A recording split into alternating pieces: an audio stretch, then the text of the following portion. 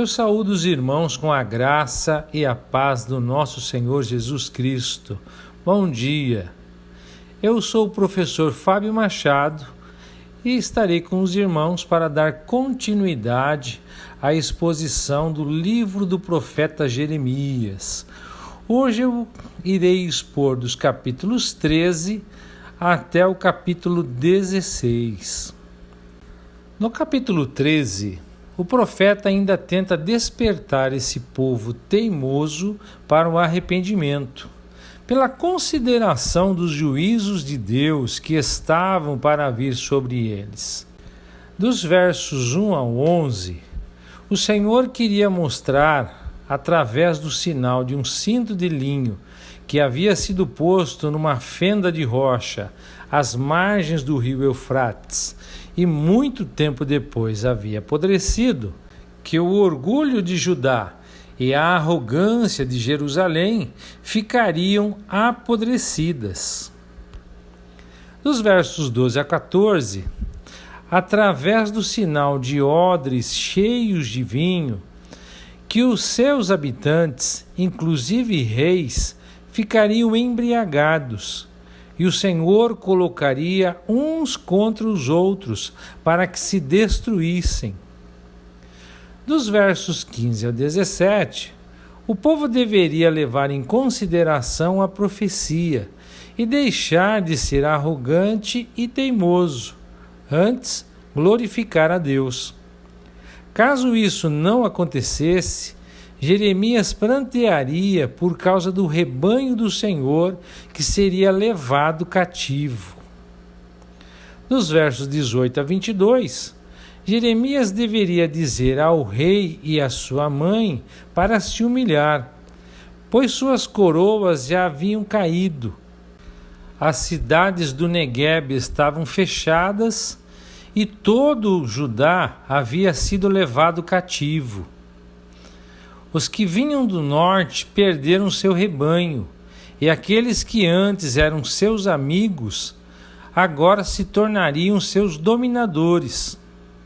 E quando o povo refletisse sobre o motivo de tamanha calamidade, o Senhor lhes responderia: por causa de seus muitos e graves pecados.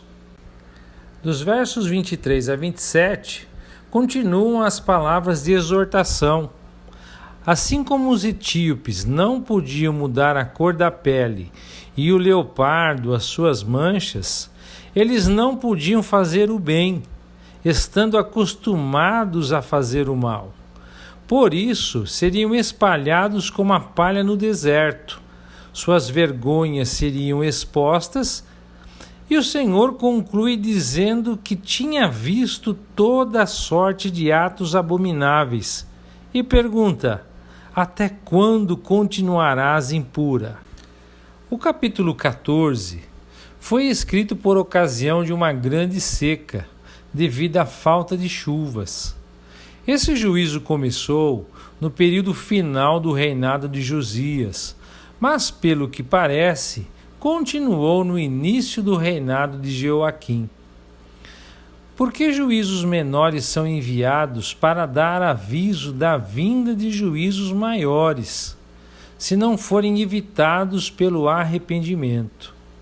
Essa calamidade foi mencionada várias vezes antes, mas aqui nesse capítulo, de um modo mais completo.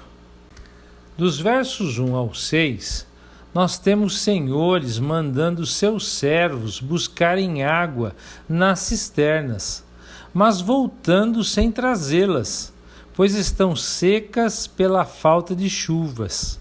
Lavradores cobrindo a cabeça de vergonha, e os animais do campo desfalecendo por falta de erva. Dos versos 7 ao 9, em sua primeira intercessão, o profeta confessa a culpa de Judá, pede a Deus que não seja indiferente ao sofrimento do povo e que não o desamparasse.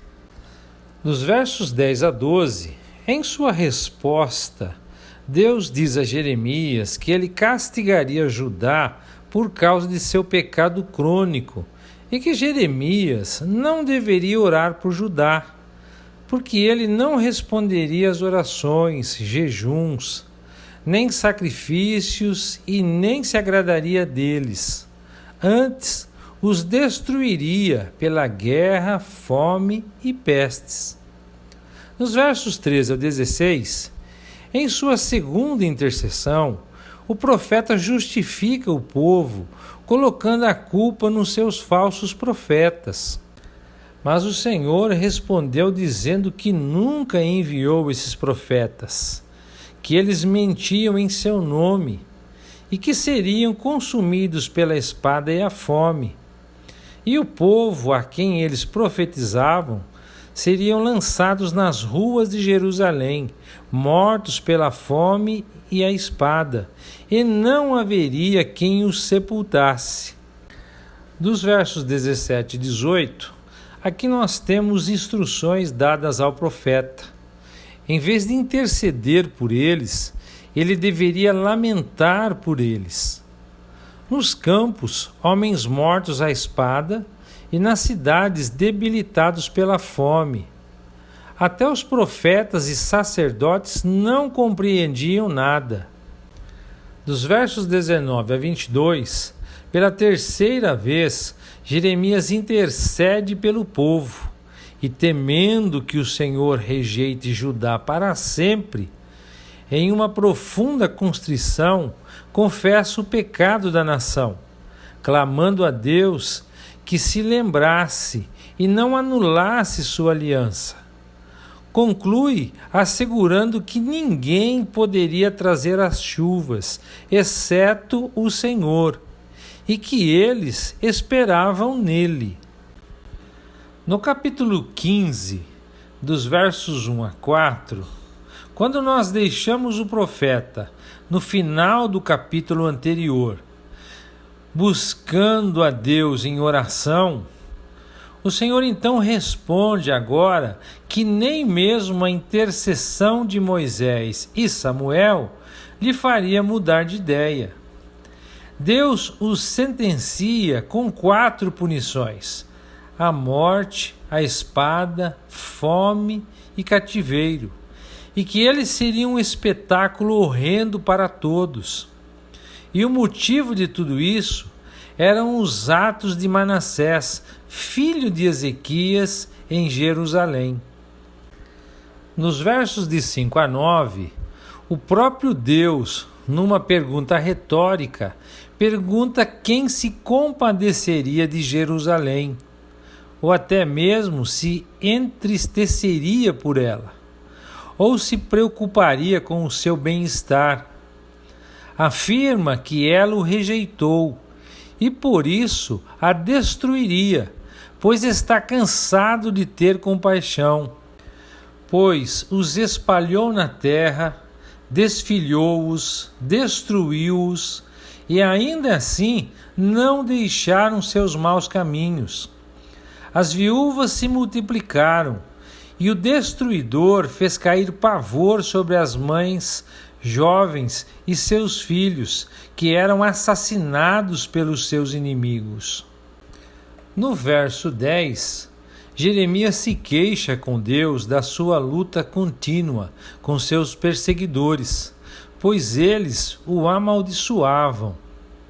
Dos versos 11 ao 14, Deus lhe assegura que ele ficaria sob uma proteção especial, embora houvesse uma desolação geral vindo sobre a terra. Dos versos 15 ao 18, Jeremias então apela a Deus, alegando a sua sinceridade no desempenho do seu ofício profético, e considera difícil não ter mais o conforto divino. Dos versos 19 a 21, uma nova garantia lhe é dada de que, sob a condição de que ele continue fiel, Deus continuará com o seu cuidado por ele, concedendo-lhe também o seu favor e proteção.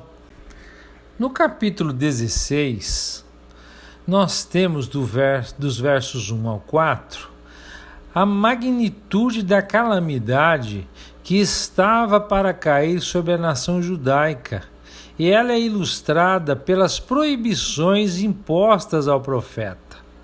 A ordem para que Jeremias não constituísse família, que ele não se casasse e tivesse filhos, porque os que assim procedessem morreriam vítimas de enfermidades, não seriam pranteados nem sepultados, e serviriam de esterco para a terra.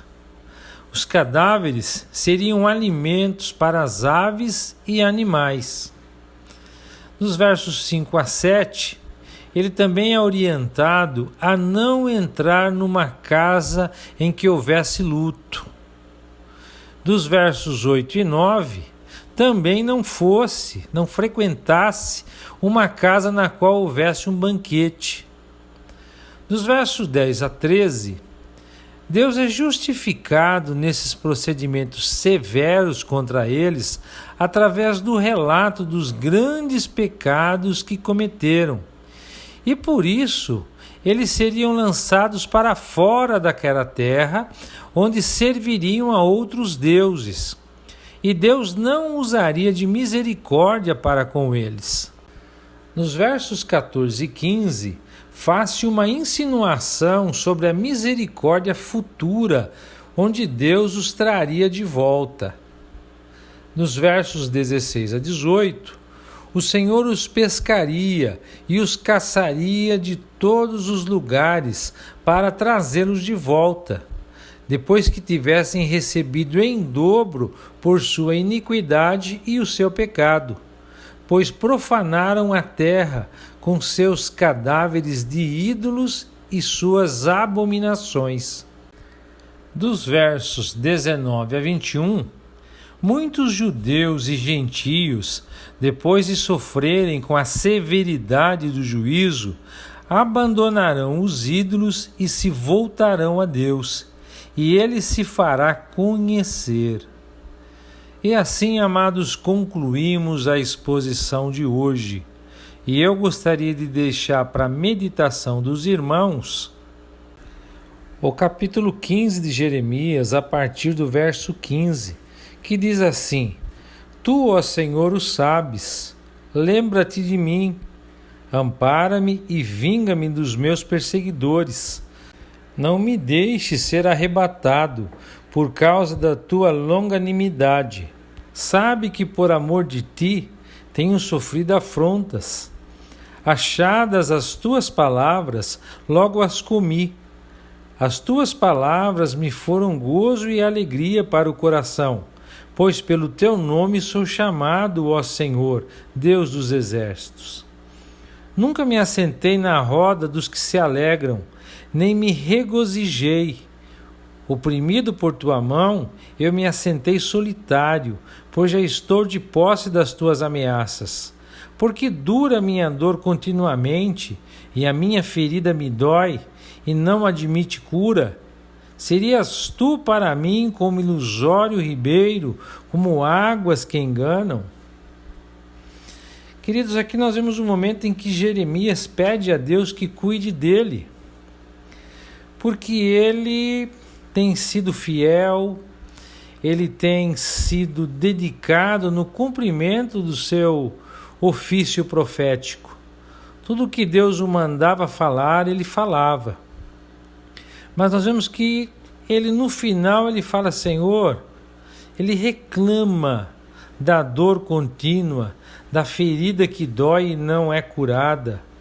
E questiona Deus se Deus seria para ele como um ribeiro ilusório, como águas que não matam a sede, vamos dizer assim.